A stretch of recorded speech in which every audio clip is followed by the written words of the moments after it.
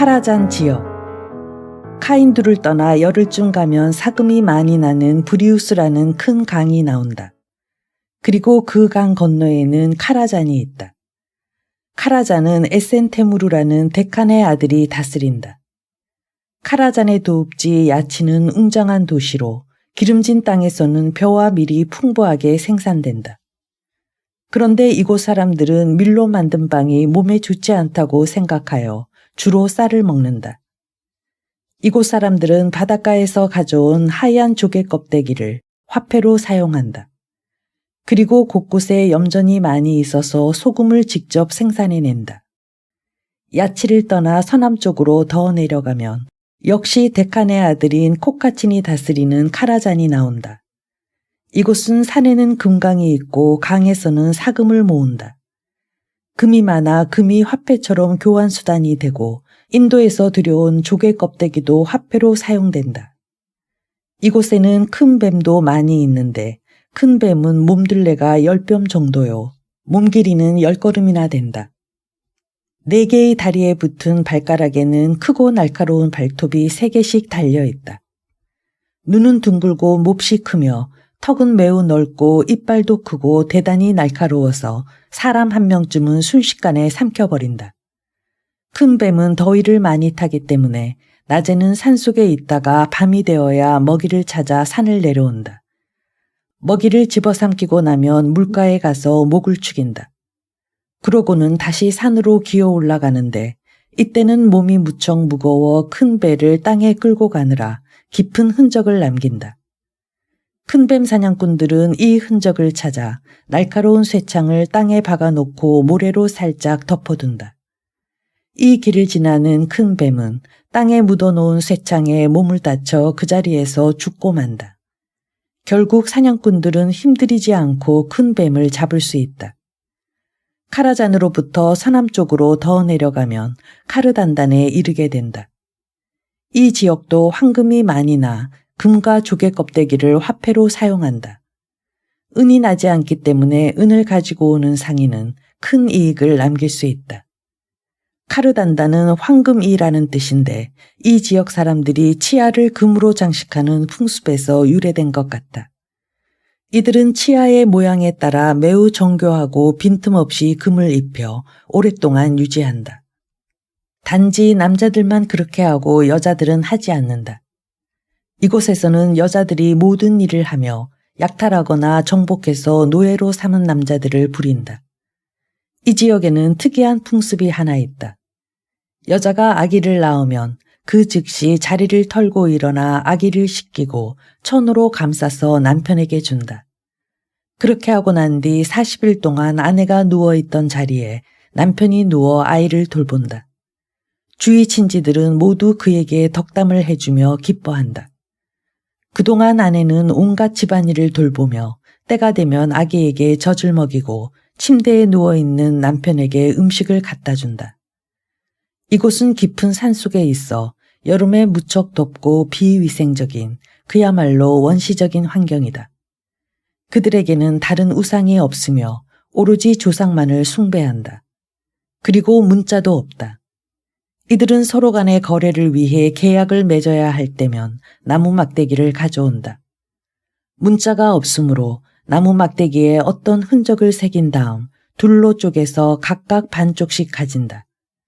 거래가 끝나 계산이 끝나면 계산받은 쪽이 갖고 있던 반쪽의 나무 막대기를 계산한 쪽에 돌려준다. 운창과 야치, 카라잔 지역에는 질병에 관한 지식을 가진 사람이 전혀 없다. 병이 나면 그들은 그저 무당을 찾는다. 무당들은 악기 연주에 맞춰 춤추고 노래하면서 조상이나 귀신을 부른다. 귀신 들린 무당은 환자가 신령들의 마음을 어지럽혔기 때문에 병을 얻은 것이라고 말한다. 그리고 환자에게는 검은 양을 잡아 그 피로 신령들의 마음을 달래드리는 제사를 올리라고 말한다. 무당의 말에 따라 검은 양을 잡아 그 피를 허공에 뿌리고 나면 신을 즐겁게 해주기 위한 한바탕 잔치와도 같은 의식이 벌어진다. 그리고 의식이 끝나면 무당을 비롯한 모든 사람들이 술과 고기를 즐겁게 나누어 먹는다. 환자가 나으면 무당은 수고비를 챙긴 후 떠난다. 신령님의 노여움이 풀려 이제 병이 나을 것이요. 또한 환자가 죽게 되면 다음과 같이 말한다. 이 사람은 몹쓸 짓을 너무 많이 해서 신령님이 그를 용서해 주시지 않소. 하지만 무당을 부르는 일은 신분이 높고 부유한 집안에서나 가능할 뿐 대부분의 가난하고 불쌍한 사람들은 손도 써보지 못하고 그저 죽음을 맞으며 스스로를 탓할 뿐이다.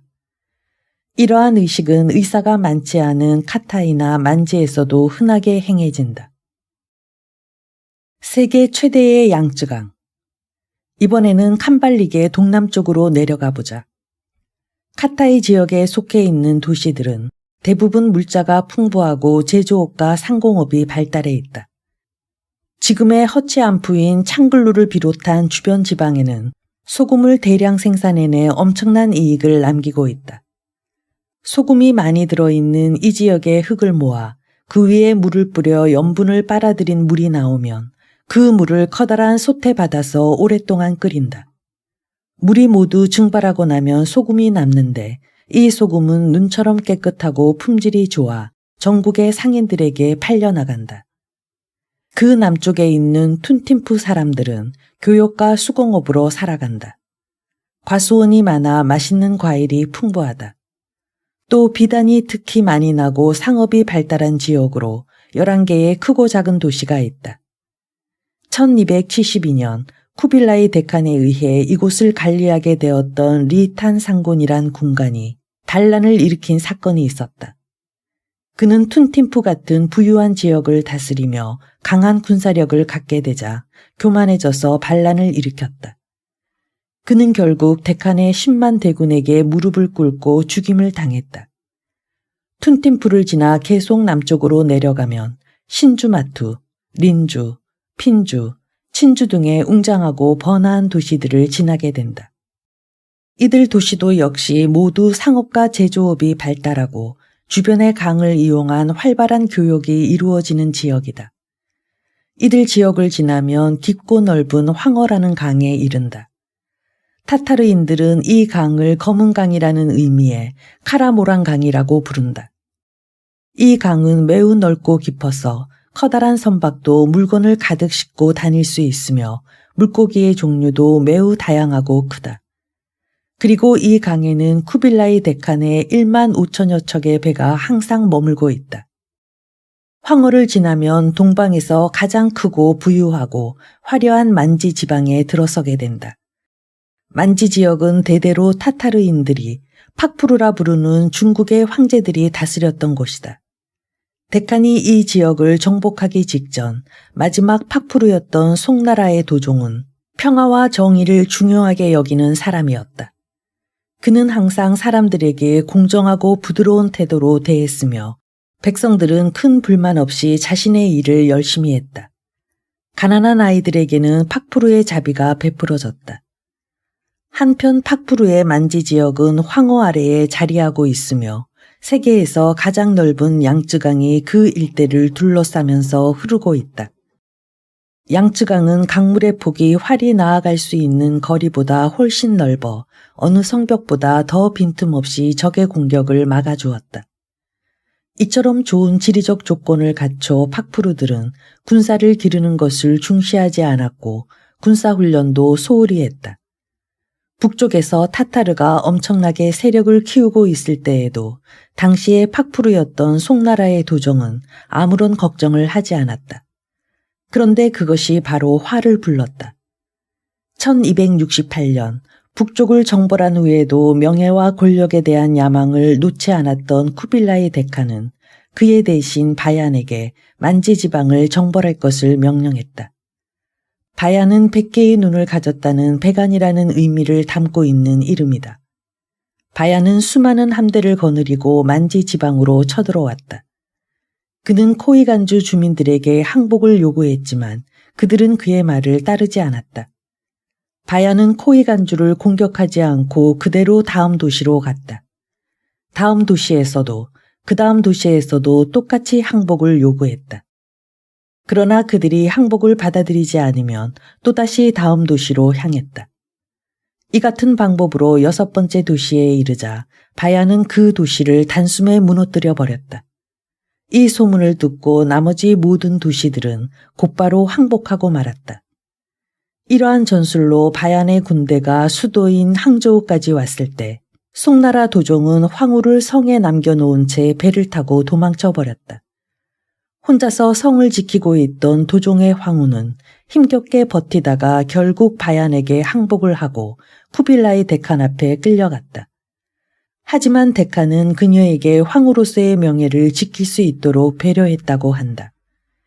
양쯔강만 의지한 채 군사력을 기르는 것에 힘쓰지 않고 풍요로움에만 젖어 있었던 송나라의 마지막 모습이었다. 양저우는 만지 지방의 9개 행정 관할구의 하나로 주변의 24개 도시를 관할하는 큰 도시이다. 주민들 대부분이 상업과 수공업 일을 하지만 무기와 각종 군수품을 만들어내기 때문에 군사적으로 중요한 곳이다. 이 도시는 데칸이 임명한 12명의 귀족 중 1명이 다스리는 곳인데 마르코 폴로는 데칸이 특별히 임명하여 이 도시를 3년 이상 다스렸다. 상양 또한 12개의 부유한 대도시를 관할하는 곳으로 물자가 풍부하다. 그 중에서도 특히 비단 생산량이 넉넉한 상당히 큰 상업도시이다. 데칸은 송나라의 수도와 만지 지방의 여러 도시들로부터 항복을 받았지만 이 도시만큼은 3년이 지나도록 무너뜨리지 못했다. 다른 도시들이 모두 항복한 후에도 뜻을 굽히지 않고 끝까지 버텼기 때문이다. 상양은 삼면이 바다로 둘러싸여 있어 육지에 접해 있는 북쪽이 아니면 공격할 길이 없었다. 그래서 데칸의 군사들은 상양 공격에 번번이 실패했고 이에 대한 보고를 들을 때마다 데칸은 크게 실망했다. 그러자 니콜로와 마페오 형제가 데칸에게 말했다. 서양에서는 높고 튼튼한 성을 공격할 때 무거운 돌을 던져 올려 성벽을 무너뜨립니다. 저희들이 무거운 돌을 쏘아 올리는 기계를 만들어 보겠습니다. 허락해 주십시오. 돌을 쏘아 올리는 기계를 투석기라고 했다. 투석기는 112kg의 돌을 던질 수 있는 기계로 이 기계를 사용하면 손쉽게 상양의 성벽과 건축물을 부수고 쳐들어갈 수 있었다. 폴로 형제가 투석기를 만들 것을 권하자 데칸은 즉시 타타르의 가장 우수한 기술자들을 불러 모아 이 투석기를 만들도록 명령했다. 얼마 후 투석기를 배에 싣고 상양에 가서 첫 번째 돌을 쏘아 올렸다. 그러자 건물이 순식간에 무너져 내렸다. 이를 지켜보던 상양의 주민들은 공포에 떨었다. 마침내 데칸은 상양을 공격한 지 3년 만에 항복을 받아냈다. 지상의 도시와 천상의 도시. 양쯔강은 강이 시작하는 곳에서부터 바다 입구까지 가려면 100일 이상이 걸리는 세계 최대의 강이다. 강폭도 10 내지 13km나 될 정도로 무척 넓으며 어떤 곳은 16km나 되는 곳도 있다. 마르코 폴로는 신주이라는 양쯔강변의 도시에서 강 위에 거의 1만 5천여 척의 배가 한꺼번에 떠 있는 것을 보기도 했다. 양쯔강이 크다 보니 강 위에는 언제나 수많은 배들이 오간다. 이 강은 가느다란 하천에서 시작되는 수많은 물줄기가 한데 모여 큰 강을 이루고 있다. 양쯔강 주변에는 16개의 큰 지역들이 연결되어 있고 200개가 넘는 대도시가 강의 영향을 받고 있다. 그중 마르코폴로가 찬사를 아끼지 않는 도시가 있다. 바로 지상의 도시 수주와 천상의 도시 킨사이이다. 지상의 도시라는 의미의 수주는 16개의 부유한 대도시를 관할하는 도시로 둘레가 32km나 된다. 비단을 만들어 팔아 부자가 된 사람이 많은데 부드러운 비단 옷을 입고 다니는 그들은 성품 또한 비단처럼 선량하고 부드럽다. 한편 지금의 항저우인 킨사이는 천상의 도시라는 뜻으로 그 웅장함과 화려함이 마치 천국에 있는 것 같은 착각을 일으킬 정도이다. 이 도시는 송나라 도종의 황후가 끝까지 버틴 수도였으며 양구이와 마찬가지로 만지 지방에서 관할하는 곳 중 하나이다. 도시의 둘레가 무려 170km에 이르는 크고 아름다운 도시이다. 킨사이는 푸르고 맑은 호수와 양쯔강 사이에 위치해 있고 도시 곳곳으로 이들을 이어주는 긴 운하가 흐르고 있다. 운하는 중요한 교통로 역할을 하면서 도시 곳곳의 더러움도 씻어내어 호수로 다시 넓은 바다로 흘려보내는 구실을 한다.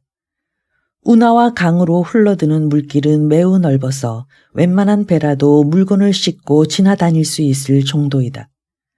운하와 강물 위에는 다리가 놓여 육로도 잘 발달되어 있는데 무려 1만 2천여 개에 이르는 이 도시의 다리는 둥근 아치 모양으로 정교하고 아름답게 만들어져 있다. 높게 만들어진 다리 아래로는 도출담배가 통과하고 다리 위로는 수레와 말이 지나다닌다. 시내에는 큰 광장과 시장이 10개 정도 있고 그 사이사이로 수많은 가게들이 있다. 광장과 운하 사이에는 창고가 늘어서 있는데 인도와 이슬람 지역으로부터 온 상인들이 물건을 쌓아둘 수 있도록 한 것이다. 킨사이 시장에는 언제나 다양한 종류의 싱싱한 야채가 나온다. 이 지역의 것뿐만 아니라 다른 지역에서 들어온 과일과 건포도, 술도 넘쳐난다. 이 지역에는 사냥감도 풍부해서 시장에는 각종 사슴 종류와 토끼들, 각종 새들과 오리, 거위 등도 헤아릴 수 없을 만큼 많다. 또한 온갖 종류의 엄청난 양의 물고기들도 순식간에 팔아버릴 정도로 거래되는 양이 많다. 10개의 시장은 모두 큰 건물로 둘러싸여 있다. 상점에서는 각종 향료와 약재, 진주를 비롯한 장식품 등 거의 모든 상품을 팔고 술만 파는 상점도 있다. 시장은 하루 종일 수많은 사람들이 바쁘게 오가며 온갖 물건들이 실려 나간다. 시장으로 통하는 어떤 길에는 찬물 목욕탕이 있다. 이곳 사람들은 건강에 좋다고 생각해 사계절 내내 찬물로 목욕을 하고 있는데 목욕탕 안에는 손님들의 몸을 닦아주는 일꾼들도 있다. 또 어떤 거리에는 의사와 점쟁이들이 살면서 사람들에게 글과 기술을 가르치기도 한다. 기녀들만 있는 거리도 있다. 이 도시에 온 여행객들이 이 거리에 한번 들어서면 그 유혹에 넋을 잃는다. 그들은 놀림감이 되어 빈털터리로 집에 돌아가지만 천국에 다녀온 것 같다며 다시 가고 싶어 한다. 도시 한가운데에는 송나라의 팍푸르가 살았던 화려한 궁전이 있다. 사방 16km에 이르는 화려하게 장식된 궁전이다. 해마다 연회를 베풀곤 했던 중앙 건물은 1만 명이 동시에 앉을 수 있을 정도로 크고 화려하다. 킨사이에는 부유층 주민들이 많다. 이 지역도 비단 생산량이 많기 때문에 수주 주민들처럼 대부분은 화려한 비단 옷을 입는다. 성품도 부드럽고 친절하다. 남자들은 부인을 매우 존중하며 시기하고 의심하는 일이 없다. 누구든 결혼한 여인에 대해서는 조심해서 말을 하는 예의 바른 사람들이다. 이곳의 팍푸르들이 국방에 소홀할 만큼 전쟁을 좋아하지 않아 주민들 또한 무기를 사용하는 방법을 모른다. 그들은 군인을 싫어하는데 특히 데칸의 군대는 더더욱 싫어한다. 데칸의 군대 때문에 그들의 군주가 죽고 산과 강도 군인들이 차지하여 아름다움을 잃었다고 생각하기 때문이다. 킨사이의 호수 주위에는 지위가 높은 관리들의 저택이 줄지어 늘어서 있다. 호수 위로는 유람선들이 다니는데 유람선은 20명이 넘게 탈 수 있는 곳도 있다. 도시 끝까지 호수가 가로지르고 있으므로 유람선을 타고 가며 호숫가에 늘어선 궁전과 사원, 아름다운 정원을 감상할 수 있다. 킨사이의 거리는 모두 돌과 벽돌이 깔려 있어서 여행객들은 진흙을 밟지 않아도 된다. 다만 말을 타고 달려야 하는 역졸들을 위해 돌길 옆으로 흙길을 만들어 두었다. 큰 길 가운데에는 벽돌길 사이로 조약돌을 깔아 마차가 다닐 수 있게 했다. 그리고 빗물이 아치형의 배수관을 통해 운하로 흘러 들어가도록 해놓아서 거리가 항상 깨끗하다. 킨사이 주민들도 부모가 자녀를 낳으면 생년월일과 태어난 시간을 적어둔다. 점쟁이들에게 이것을 가지고 가서 별자리를 헤아려 달라고 하여 자세하게 적어둔다. 그래서 아이가 자란 후 결혼, 사업 등의 중요한 일들을 치를 때면 다시 점쟁이를 찾아가 이것들을 보여주며 도움을 구한다. 주민들은 죽은 사람의 시체를 화장한다. 부유한 상인들이 죽으면 화장터로 옮길 때 가족 친지들이 모두 상복을 입고 따라간다. 악사와 승려들도 따라가며 악기를 연주하거나 소리 높여 불경을 외운다. 시체를 화장할 때에는 종이로 만든 남녀 하인과 말, 낙타, 금이 섞인 비단과 금은 화폐를 같이 태운다. 죽은 사람이 저승에서 사용할 수 있도록 하기 위해서이다. 만지의 동쪽 지팡구. 킨사이 부근의 해안, 즉 만지의 동쪽 해안으로부터 약 240km 떨어진 곳에는 지금의 일본 지팡구라는 섬이 있다. 이 섬의 원주민은 대양의 다른 섬의 원주민에 비해 피부가 하얗고 문화 수준이 높다. 이곳에는 데칸의 지배를 받지 않는 왕이 있는데 그의 궁전은 지붕 전체가 순금으로 덮여 있을 정도로 무척 호화스럽다고 한다. 황금만큼이나 귀한 붉은 진주도 많이 나서 심지어 죽은 사람의 입에도 화장을 하기 전에 진주를 넣는다고 한다. 하지만 왕이 외국과의 무역을 엄격하게 제한하여 다른 나라 상인 중에서 그곳을 방문하는 사람은 드물다. 데칸도 보물이 많기로 소문난 이 섬을 정복하려고 했다. 데칸은 아바카탄과 본산친이라는 두 신하에게 대규모 군사를 주어 지팡구를 정복하게 했다. 그러나 사이가 좋지 않았던 두 신하들은 서로 의견이 맞지 않아 섬에 도착한 이후 제대로 힘을 모으지 못했다. 얼마 후 태풍이 강하게 불어 해안 가까이에 머물러 있던 배들이 서로 부딪혀 엉망이 되었다. 태풍에 놀란 군사들은 육지에서 모두 물러나 배를 타고 바다로 나갔다. 하지만 태풍이 더욱 거세져 군사들이 탄 배가 침몰하고 말았다. 그러자 해안에서 멀리 떨어진 배에 머무르던 두 사령관은 배를 돌려 원나라로 돌아가 버렸다. 해안에서 가까운 섬으로 헤엄쳐 나가 간신히 살아남은 3만 명의 군사들은 섬 가운데 있는 높은 산에 몸을 숨겼다. 태풍이 지나가자 지팡구 사람들이 타타르 군사들을 잡기 위해 섬으로 들어와 점점 가까이 올라오기 시작했다. 그러자 군사들은 다른 방향으로 내려가 지팡구 사람들이 타고 온 배를 타고 지팡구로 향했다. 지팡구의 수도로 들어간 타타르 군사들은 여자들만 남기고 모든 사람들을 내쫓았다. 이 사실을 안 지팡구의 왕은 수도를 포위해버렸다. 결국 6개월간 포위당해 있던 타타르 군사들은 목숨을 지키기 위해 항복하고 말았다. 몇 년 후 데칸은 지팡구 원정이 실패한 이유가 두 신하들의 대립 때문이었다는 것을 알았다. 결국 두 신하들은 그 죗값으로 목숨을 잃거나 섬으로 귀향을 갔다. 킨사이 지역에서 남쪽으로 한참 내려가면 역시 만지에서 관할하는 지역 중 하나인 콘차성에 도달한다. 콘차성의 수도인 푸주와 북엔 지역에서는 비단과 설탕이 많이 생산된다. 특히 북엔은 대규모의 제당업으로 이익을 많이 남긴다. 이곳에서 생산되는 설탕은 캄발릭으로 운반되어 데칸의 조정에 공급되기도 한다. 설탕 가공법은 데칸이 통치하기 시작한 이래 바빌론 사람들이 이곳에 와서 전해준 것이라 한다.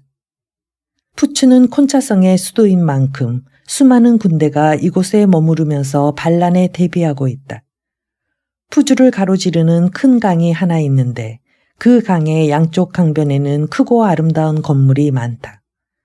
그리고 그 건물들 앞에는 무수히 많은 상품을 실은 배들이 정박해 있다. 이곳에서도 설탕이 만들어지기 때문에 설탕을 가득 실은 배들이 눈에 많이 띈다. 수많은 상선이 인도로부터 이 항구로 들어온다. 인도 상인들은 진주를 비롯한 다양한 보석들을 가지고 와서 팔아 엄청난 이득을 본다. 인도에서 오는 배들은 강을 따라 곧장 차이톤으로 간다. 차이톤과 접해 있는 항구에는 수많은 선박들이 오간다. 이곳은 세계 최대의 항구 중 하나로 수많은 상인들이 모이고 온갖 상품들이 산처럼 쌓여 엄청난 규모의 교역이 이루어지고 있다. 특히 만지지방으로 운반되어 판매되는 후추의 양은 상상을 넘어선 엄청난 양으로 이곳을 따를 만한 곳이 없을 정도이다. 쿠빌라이 대카는 이곳의 상인들로부터 투자한 금액의 10%를 세금으로 걷어들인다. 이곳에서 걷어들이는 세금으로 나라의 재정을 살찌울 정도로 세금의 액수가 어마어마하지만 상거래가 줄어들지는 않는다. 상인들은 세금을 빼고도 엄청난 이익을 거둘 수 있어서 항상 더 많은 물건을 가져와 판매하기 때문이다. 쿠빌라이 대칸과의 이별. 17년을 쿠빌라이 대칸의 곁에 머무르면서 마르코 일행은 수많은 재물과 명예를 얻었다. 그러나 아무리 넉넉하게 대접을 받고 산다고 해도 고향에 대한 그리움은 떨칠 수가 없었다. 마르코 폴로는 대칸의 기분이 좋은 날을 골라 넌지시 아래였다. 폐하, 저희는 이만 고향으로 돌아갔으면 합니다. 허락해 주십시오. 그러자 대칸은 펄쩍 뛰며 말렸다.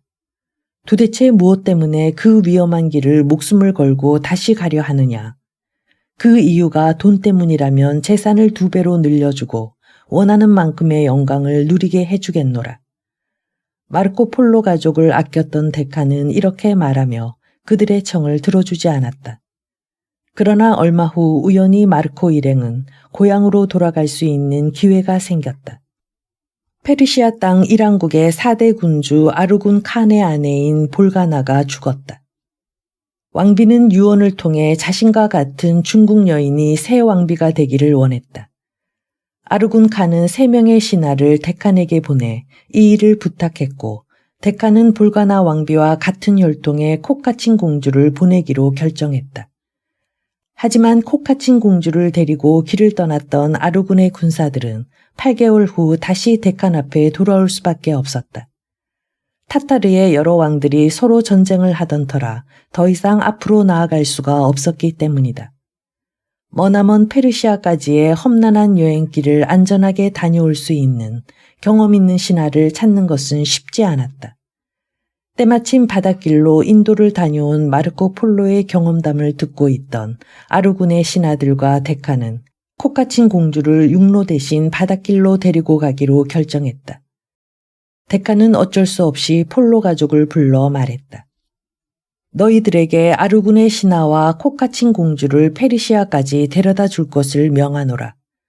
그런 후 고향으로 돌아가 가족들을 만날 것을 허락하노라. 단 임무를 마친 뒤에는 반드시 내게 돌아오라.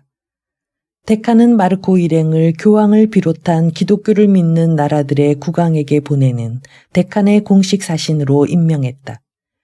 그리고 그들이 자신의 영토 어느 곳을 가든 충분한 양식과 안전을 보장받을 수 있는 금패를 주었다. 4개의 금패에는 이렇게 쓰여 있었다.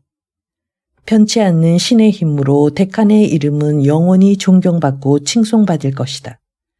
나의 명을 어기는 자는 모두 사형에 처할 것이며 그의 재산도 빼앗을 것이다. 그리고 모두 14척의 배를 마르코 일행에게 마련해 주었다. 그 중에는 250여 명이 한꺼번에 탈 수 있는 큰 배 5척도 있었다. 데카는 각 배마다 2년치 양식을 준비해주고 마르코 일행에게는 값진 진주와 보석들을 가득 안겨주었다. 마르코 폴로 일행은 데칸의 은혜에 크게 감사하며 다시 돌아올 것을 약속하고 배에 올랐다. 풍요와 미개의 땅 자바. 마르코 일행은 코카친 공주와 3명의 신하들과 함께 차이톤 항구를 떠나 중국해로 나아갔다.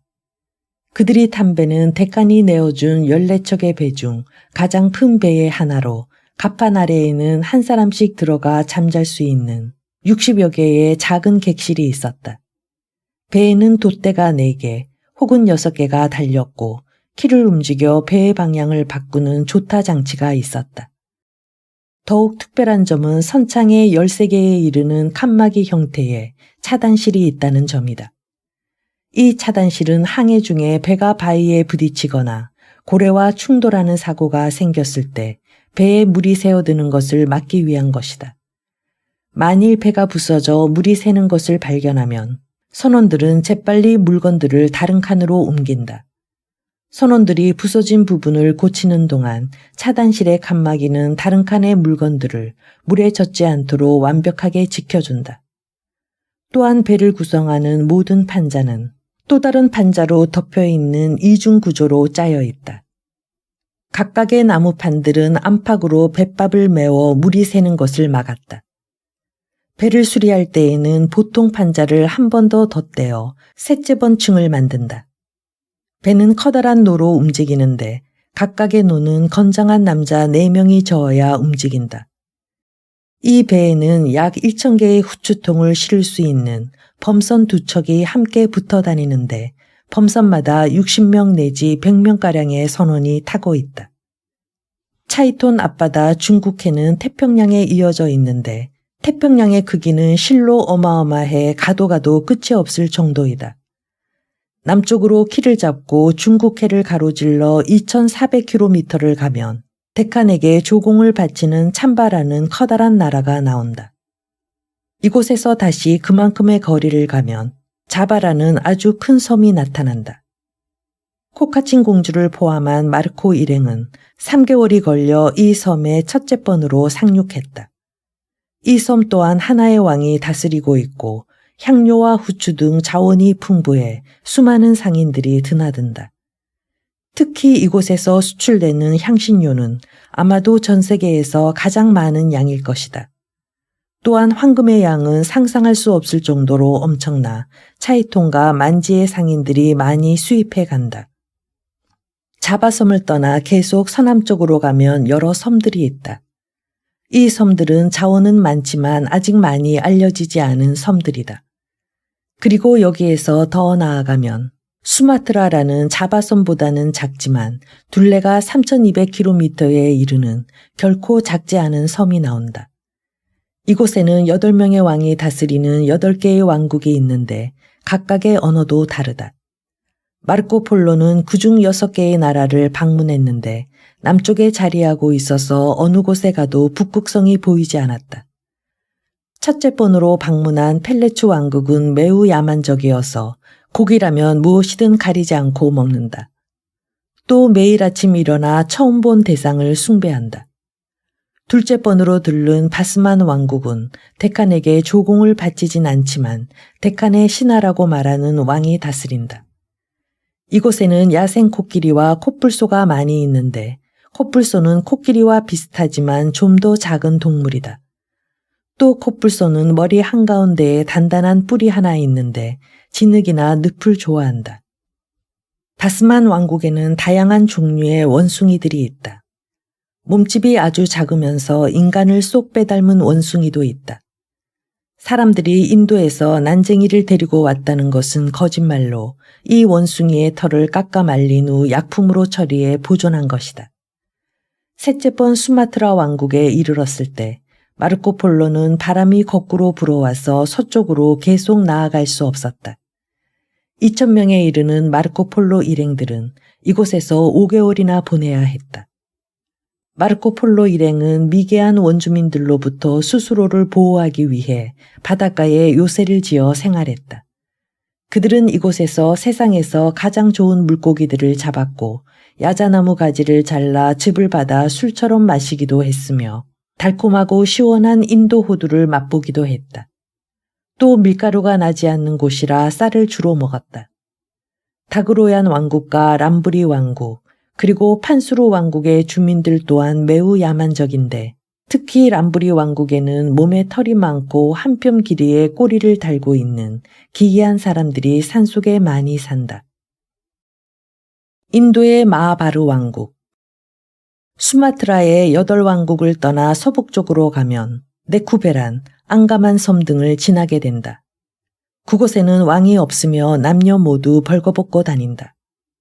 다시 서남쪽으로 1600km를 항해하다 보면 지금의 스리랑카인 제일란이라는 제법 큰 섬이 나오는데 이곳에서는 루비, 사파이어, 황옥, 자수정 등 귀한 보석들이 많이 나온다. 특히 이곳의 루비는 세상에서 가장 아름답다. 이 섬에는 산이 하나 있는데 깎아지른 듯한 절벽으로 이루어져 정상에 오르기가 몹시 힘이 든다. 그런데 이슬람 교도들에 의하면 이 산의 정상에 인류의 시조인 아담의 무덤이 있다고 한다. 하지만 이곳 원주민들은 그것이 그들 종교의 창시자 석가모니의 무덤이라고 주장한다. 석가모니는 이 왕국의 왕자였지만 세상 속에서의 풍요로움을 거부하고 아무도 모르게 산으로 숨어들어와 검소하게 살다가 죽었다고 한다. 그의 아버지인 왕은 아들의 죽음을 슬퍼하며 아들을 닮은 상을 금으로 만들어 신으로 숭배하게 했다. 그래서 이곳 주민들은 이 신을 가장 높은 신으로 섬기고 있다. 쿠빌라이 데카는 이 산을 아담의 무덤이라고 생각하며 순례를 다녀온 이슬람 교도들로부터 이 이야기를 들었다. 그래서 1284년 데카는 제일란의 왕에게 사신을 보내 그 산의 정상에 있는 신의 유물인 머리카락의 일부와 그릇 하나, 2개의 어금니를 받았다. 데카는 이 유물을 받을 때 연회를 베풀며 예를 갖추었다. 제일란 섬의 북쪽에는 인도 대륙의 마하바르 지방이 있다. 이곳은 5명의 왕이 다스리고 있는 세상에서 부유하고 살기 좋은 곳이다. 마하바르와 제일란 섬 사이의 바다에는 진주 어장이 있는데 바다가 그다지 깊지 않아 잠수부들이 직접 들어가 진주 조개를 캔다.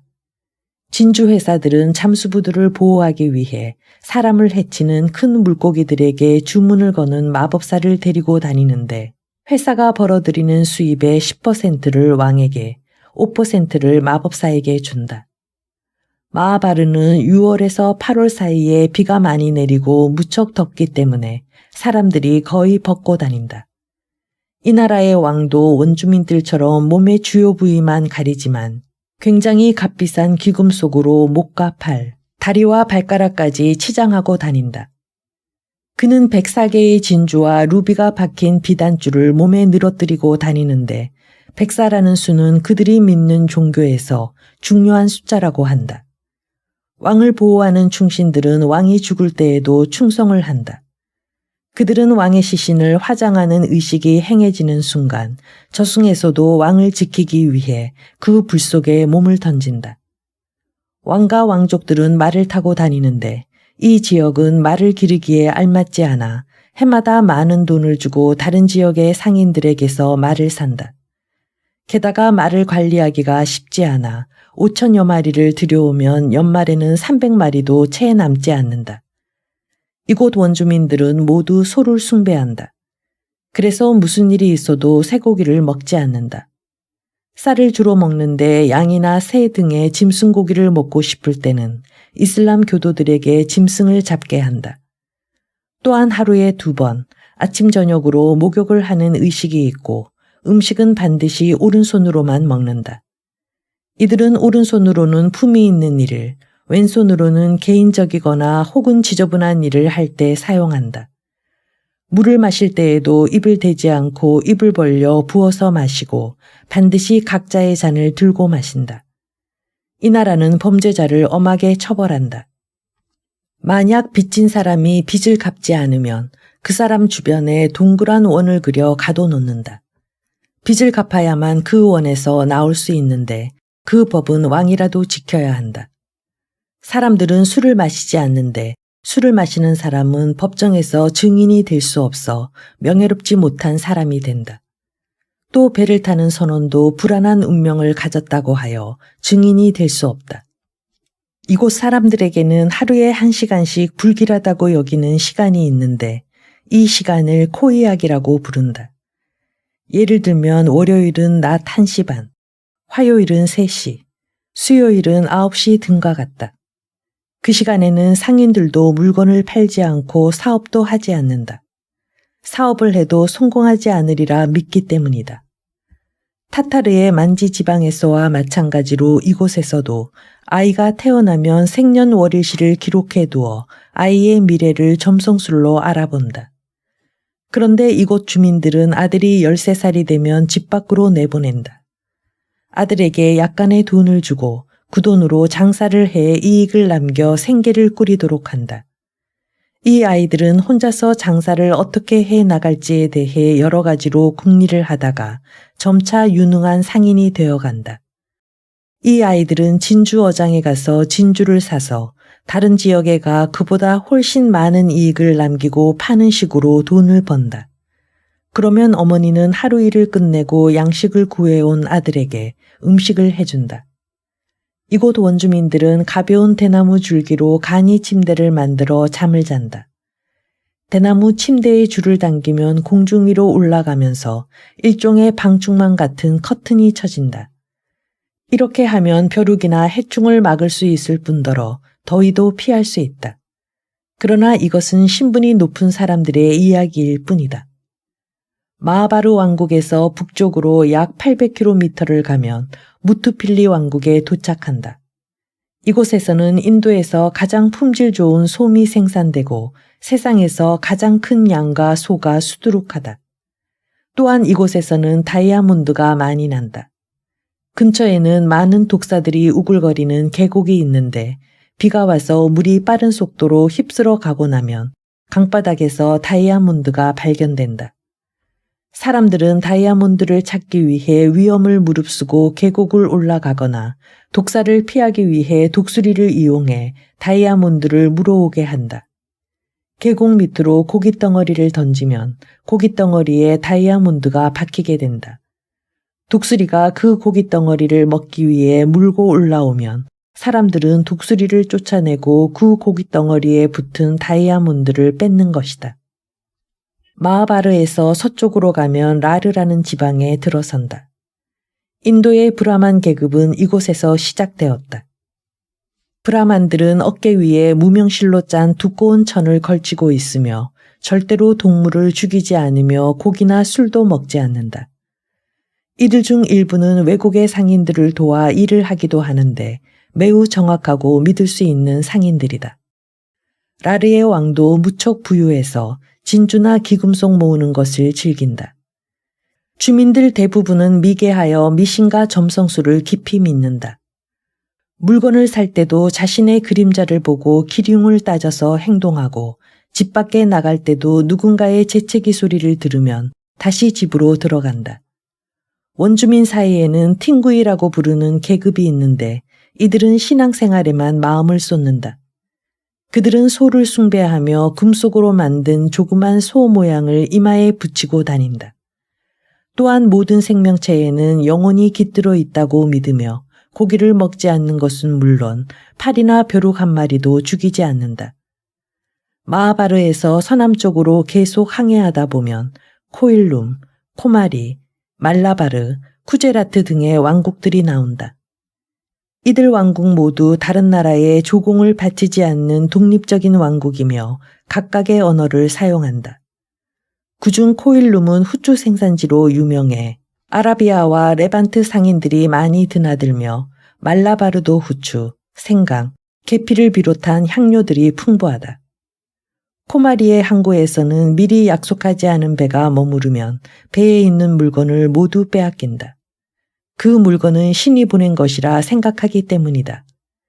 구제라트의 지독한 해적들은 항해 중에 여행하는 상인을 붙잡으면 대추야자로 만든 약에 바닷물을 섞어 만든 것을 먹여 변을 보게 한다. 상인들이 해적들에게 빼앗기지 않으려고 진주나 보석을 삼키기 때문에 이것을 찾아내기 위해 그렇게 하는 것이다. 이곳은 모카솜으로 짠 모슬린으로도 유명하고 염소, 물소, 코뿔소 등의 가죽을 만들어내는 곳으로도 유명하다. 특히 이곳 주민들이 만든 금실로 수놓아진 쿠션은 아름다워 상인들에게 인기가 많다. 아라비아와 아바시아. 마르코 일행은 페르시아의 아르군 칸에게 가기 위해서 인도의 서북쪽으로 항로를 잡아 계속 올라갔다. 코카친 공주를 아르군 칸에게 데려다 주기 위해서는 아라비아와 페르시아 땅 사이의 호르무즈 항구에 상륙해 페르시아로 들어가야 한다. 호르무즈는 마르코 폴로 가족이 동방으로 가는 도중에 잠시 머물렀던 항구 도시이다. 타타르의 동방과 인도 등지에서 귀한 물건을 싣고 서방으로 가는 상인들은 이곳 호르무즈를 거쳐 육로를 이용해 지중해로 나가기도 한다. 하지만 상인들이 물건을 가장 안전하고 빠른 시일 내에 지중해로 가져가는 방법은 계속 배를 타고 아라비아 땅을 돌아 홍해를 거슬러 가는 방법이다. 상인들이 홍해를 이용해 다니기 위해서는 아라비아 땅 아덴의 항구를 거쳐가게 되어 있다. 아라비아의 아덴 지방은 술탄이라는 이슬람 왕이 다스린다. 이 왕국의 항구에는 항상 인도에서 향신료와 약재를 싣고 와 지중해의 알렉산드리아로 가려는 배들로 북적인다.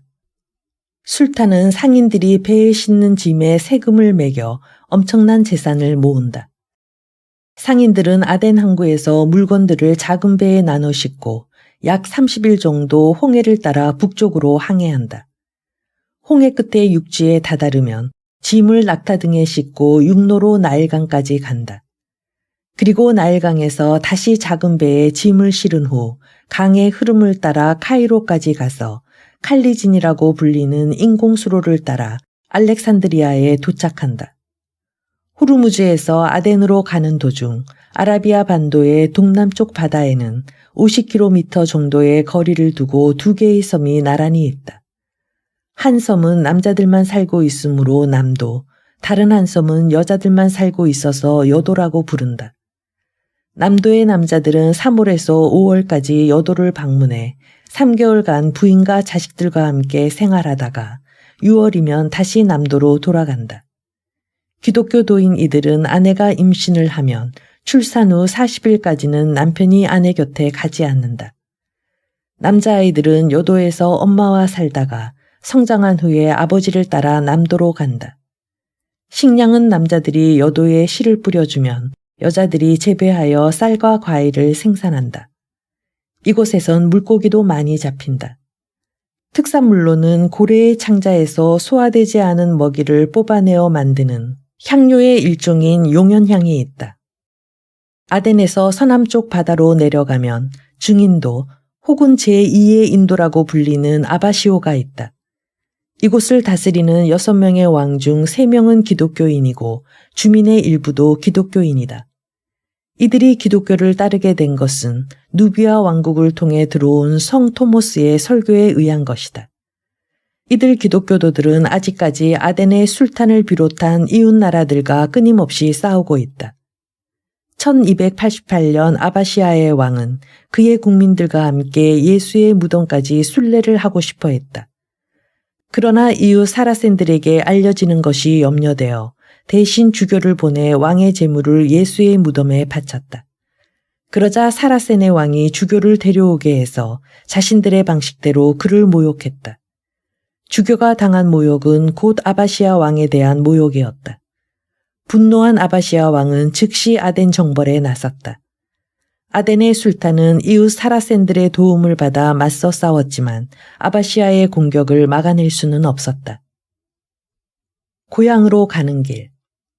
마르코 폴로 일행은 자바섬에서부터 18개월 동안 인도양을 항해한 뒤에야 페르시아만의 호르무즈 항에 도착했다. 선원 중 600명이 목숨을 잃었고 단 18명만이 살아남았다. 그런데 온갖 고생을 이겨내고 도착했으나 코카친 공주를 맞이해야 할 아르군 칸은 이미 사망한 후였다. 왕위는 그의 어린 아우 가이하투칸이 물려받았다. 앞길이 막막해진 코카친 공주와 마르코 폴로 일행에게 가이하투칸이 말했다. 코카친 공주를 아르군 칸의 아들인 카잔에게 데려다 주시오. 가이하투칸의 명령대로 일행은 길을 떠나 페르시아 변방에서 외적의 침입에 대비하고 있던 카잔에게 갔다. 카잔이 코카친 공주를 받아주자 일행은 다시 가이하투칸에게 갔다. 가이하투칸은 쿠빌라이 대칸이 그랬듯이 마르코 일행이 고향에 돌아갈 때까지 안전하게 지낼 수 있도록 금패 4개를 주었다. 마르코 일행은 금패 덕분에 필요한 물자를 넉넉히 제공받았으며 가는 곳마다 지방관리의 환영을 받았고 심지어 200여 기병들의 보호를 받기도 했다. 마르코 일행은 호르무즈 항구에서 북서쪽 육로를 이용해 지중해로 갔다. 그런데 이 길목에는 쿠빌라이 대칸의 조카 카이두 칸이 다스리는 대투르키아 왕국이 있다. 카이두 칸은 차카타이 칸의 아들이며 그의 군사들은 잘 훈련된 타타르인들이다. 그래서 카이두는 한 번도 대칸에게 복종하지 않고 여러 번 전투를 했다. 카이두는 자기 사촌을 포함한 엄청난 군사를 모아 데칸의 영토 2곳을 공격했다. 자신과 데칸이 함께 정복한 땅 중 카타이와 만지 지역의 일부를 자신의 몫으로 줄 것을 요구하면서 생긴 불화 때문이었다. 데칸은 자신의 궁전에서 열리는 회의에 참석하면 그 땅을 주겠노라고 했지만 카이두 칸은 회의 참석을 거절했다. 데칸이 자신을 해치려 하는 것이라고 생각했기 때문이다. 카이두 칸의 10만 군사는 데칸의 형제들이 이끈 군사들을 상대로 전투에서 승리했다. 승리에 자만한 카이두 칸은 2년 뒤 다시 카라코룸으로 쳐들어갔다. 전투는 매우 치열했고 양측의 군사들은 점점 지쳐갔다. 다음 날 데칸을 도울 군대가 올 것이라는 보고를 받은 카이두 칸은 싸움을 포기하고 자신의 영토로 돌아갔다. 데칸은 자기 조카 카이두 칸을 더 이상 쫓지 않고 보내주었다. 몇 개월에 걸친 여행 끝에 트레비 존도와 콘스탄티노플, 네그로폰트를 거쳐 마침내 그들은 고향 땅 베네치아에 도착했다. 17세에 고향을 떠난 마르코 폴로의 나이는 벌써 40세를 훌쩍 넘어섰다. 고향에 도착한 그들의 모습을 알아보는 사람은 없었다. 낡고 다해진 타타르 옷에 커다란 보따리를 걸치고 얼굴은 수염에 덮여있기 때문이었다. 그들을 몰라본 친척들은 가족회의를 거쳐 폴로 가족을 확인해야만 했다. 마르코 일행이 동방에 다녀왔다는 이야기를 아무도 믿지 않았지만 그들의 옷솔기에서 쏟아져 나온 온갖 종류의 동방의 금은 보석은 모두를 놀라게 했다. 고향으로 오는 도중 그들은 데칸이 세상을 떠났다는 소식을 들었다. 쿠빌라이의 나이 80세였다. 세계의 절반을 차지하는 정복 전쟁을 하며 서방에서는 무자비한 황제로 알려진 데칸. 하지만 그의 바로 옆을 지켰던 마르코 폴로는 그를 마음 깊이 존경했었다. 마르코는 데칸이 숨을 거두었다는 소식을 듣고 몹시 슬펐다. 하지만 한편으로는 다시 타타르로 힘겹게 돌아가지 않아도 된다는 생각에 마음이 홀가분했다. 그리고 무엇보다 고향으로 안전하게 돌아올 수 있었던 것은 하늘이 돌봐주신 은혜라며 감사드렸다.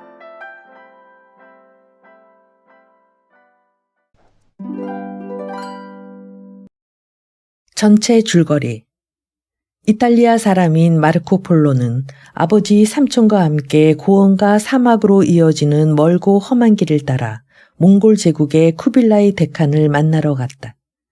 총명한 마르코 폴로는 데칸의 총애를 받았고 이후 원나라 전역을 여행하며 데칸의 눈과 귀의 역할을 해주었다.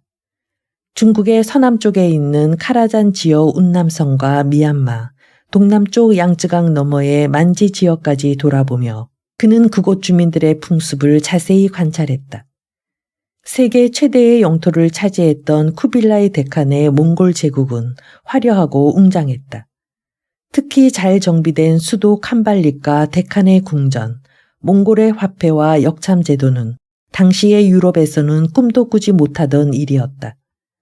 고대 중국 문명을 꽃피웠던 황허와 양쯔강 주변의 도시들은 세계 각지의 상인들로 북적이며 매우 번화했고 주민들은 대부분 비단 옷을 입을 정도로 부유했다.